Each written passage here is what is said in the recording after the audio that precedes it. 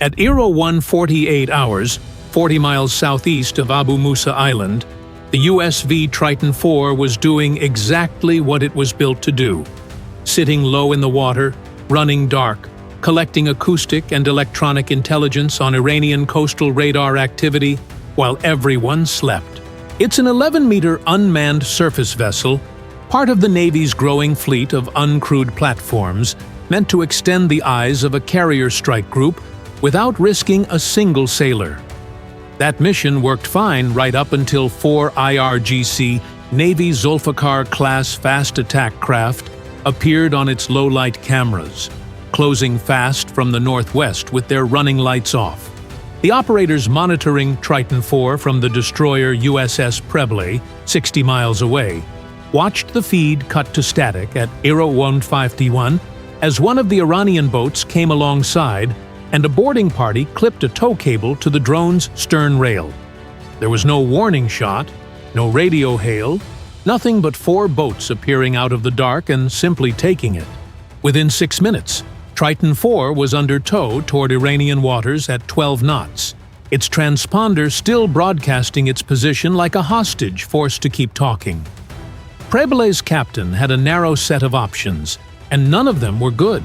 International waters or not, 4 armed fast boats already had physical possession of a U.S. Navy asset, and the nearest American warship capable of intervening was 90 minutes away at flank speed. What she did have immediately available was an MH-60R Seahawk on ready alert status, which launched within 4 minutes of the seizure and closed the distance in under 20, hovering just outside small arms range to keep eyes on the tow. Preble's tactical action officer pulled up the last confirmed telemetry from Triton IV before the feed died and found something odd buried in the data. The 4 Zulfikar boats hadn't stumbled onto the drone by chance. Their approach vectors converged from 3 different bearings almost simultaneously, the kind of coordinated intercept that requires either very good luck or advanced knowledge of exactly where an unmanned, low-signature vessel would be sitting in open water at 2 in the morning. Someone on the Iranian side had a much better picture of American drone patrol patterns than they should have, and that detail alone would occupy 5th Fleet's intelligence staff for weeks after the incident ended. That's when the second layer of the problem showed up. At 02:19, navigation systems across a 15-mile stretch of the strait began reporting position errors that made no sense. Ships showing themselves 20 miles inland, aircraft transponders jumping erratically, GPS timestamps drifting out of sync.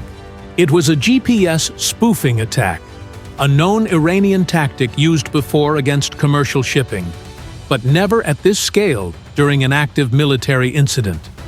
The spoofing wasn't subtle interference either. It was precise enough to feed false coordinates, specifically into the shipping lanes the American response would have to transit. An attempt to slow the Navy down without firing a shot. Preble's navigation team switched to inertial backup and dead reckoning almost immediately, since American warships train constantly for exactly this scenario, but the spoofing still complicated coordination with commercial traffic in the strait, several tankers reporting confusion over their own positions to strait traffic control.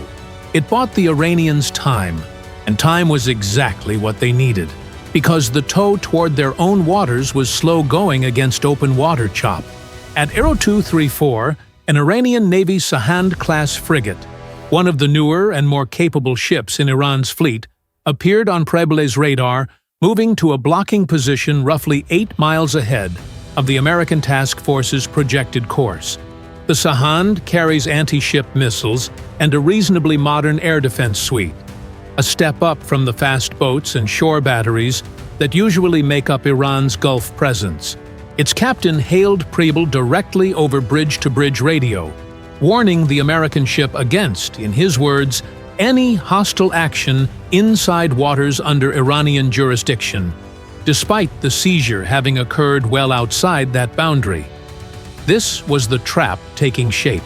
Iran had grabbed an unmanned asset specifically because it carried no crew and no immediate casualty risk.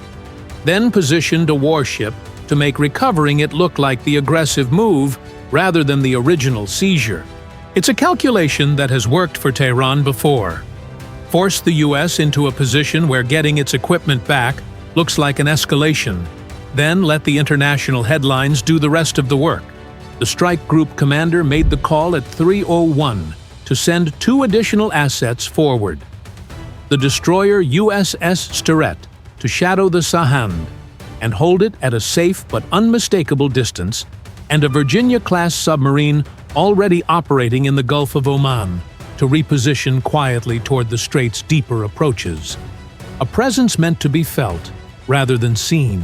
Sterett closed to within 6 miles of the Sahand by 0322, close enough that both ships' fire control radars were almost certainly locked on each other, though neither side would confirm it. Overhead, the carrier strike group added a layer nobody on the surface could see. 2 FA-18 Super Hornets shifted from their standing combat air patrol to a station directly above the developing standoff, high enough to stay clear of any surface engagement, but close enough to reach either ship within 90 seconds if the situation broke down. An E-2D Hawkeye orbited further back, feeding a complete air and surface picture into Preble and Sterett over Link 16, so that both captains could see the Sahand's every course change in near real time. It's the part of these standoffs that rarely makes it into any public account afterward. For every ship visible on the water, there's usually an aircraft nobody on the horizon can see, watching the whole thing unfold from 20,000 feet. At 0338, the situation nearly went from tense standoff to shooting war. A patrol boat escorting the towed drone reported sonar contact on what its crew believed was a floating object, consistent with a naval mine, drifting free somewhere in the tow's path. Iran has scattered contact and influence mines in these waters during past crises, and the report, whether accurate or a deliberate scare tactic meant to slow the American approach further, froze the entire operation for nearly 20 minutes, while explosive ordnance disposal specialists aboard Preble reviewed sonar data and concluded the contact was most likely a discarded fishing net drum, not a mine. Nobody could be completely certain, and that uncertainty alone was doing exactly what a real minefield threat would do, making every ship in the area move like it was walking on ice. Preble diverted its embarked explosive ordnance disposal team toward the contact anyway, because a wrong guess in either direction carried real consequences. Treat a floating net drum like a mine, and you hand Iran 20 free minutes to consolidate its position and tighten the tow toward its own coastline. Treat an actual mine like harmless debris, and a patrol boat, or worse, the drone itself, could be lost outright. The EOD team used a small remotely operated vehicle lowered from a rigid hull inflatable to get a visual on the object from 30 meters out rather than risk a diver in the water. Standard procedure in any contact where the threat picture is this uncertain. The footage that came back showed exactly what the acoustic data had suggested. A rusted metal drum wrapped in torn fishing net, likely adrift for weeks, before it drifted into the worst possible place at the worst possible time. It was nothing. But for 20 minutes, nothing had the entire American task force moving at quarter speed and holding its breath. That kind of false alarm is precisely why minefields work as a psychological weapon, even when no mines are actually present. Iran has laid real minefields in these waters during past conflicts, and everyone in the strait knows it, which means every unexplained sonar contact from here on out has to be treated as potentially real until proven otherwise. It costs the Iranian side nothing to let that reputation do the work on its own. By 0410, with the mine scare resolved and Sterett holding the Sahand at bay, the recovery decision came down to the strike group commander directly. Rather than force a confrontation at sea, he authorized a different approach, contacting Iran's IRGC Navy Command through the deconfliction channel both countries maintained specifically to avoid these standoffs spiraling further, the same back-channel used after previous small boat incidents in the strait. The message was blunt: return the drone through international mediation, or the U.S. Navy would consider it stolen government property and treat any Iranian vessel carrying it as subject to interdiction under the laws governing piracy and unlawful seizure at sea, a legal framing designed to strip away Iran's sovereignty argument entirely. It took until 05/117 for Tehran to respond, and the wait itself told its own story. Long enough for Prebla's crew to run through contingency plans for a forced boarding if the answer came back as a flat refusal. Short enough that nobody on the American side believed Iran actually wanted this to turn into a real confrontation over one piece of hardware. The answer, when it finally came, was a partial climb-down dressed up as generosity.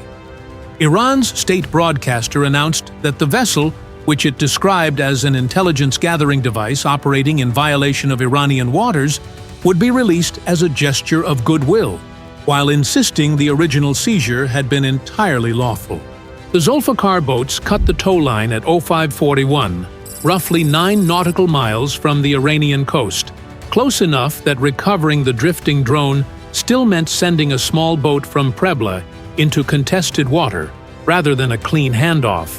The recovery team, launched from Prebla in a rigid hull inflatable at 558, found Triton IV mostly intact but stripped of its removable sensor pod, the piece of hardware the Iranians presumably wanted most and had no intention of handing back regardless of what their broadcasters said. The drone's hull showed scrape marks from the tow cable and a dented camera housing, but its core systems still powered up when the recovery crew got it back aboard Prebla just after sunrise. A technician ran a quick diagnostic on deck before the drone was even secured in its cradle, less out of urgency than habit, the kind of instinct that comes from handling expensive hardware that just spent 6 hours in someone else's custody. The missing sensor pod would take weeks to fully account for in a damage report, and longer than that for anyone to say for certain what data, if any, had been pulled off it before the line was cut. What the incident left behind wasn't a body count or a sunk ship. It was a demonstration, on both sides, of how a crisis in the strait can now be fought almost entirely without a single weapon firing. An unmanned asset taken without a shot. A spoofing attack that scrambled navigation for dozens of ships that had nothing to do with the standoff. A mine scare that never needed a real mine to work. And a frigate standoff resolved through a diplomatic back channel instead of a fire control solution.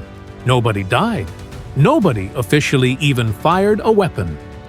And yet, for 6 hours, 2 nations' navies stood close enough to see each other's wakes with everything short of live fire ready to go.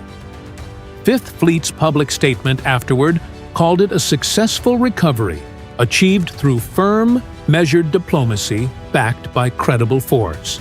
Iran's IRGC called it proof that American drones have no business operating anywhere near its coastline. Both statements were true enough on their own terms, which is usually how these things end in the Gulf. No clear winner, no formal resolution, just a strait that stays open for one more day, and a long list of lessons neither side will fully admit learning in public. Is this the new shape of naval conflict in the Gulf?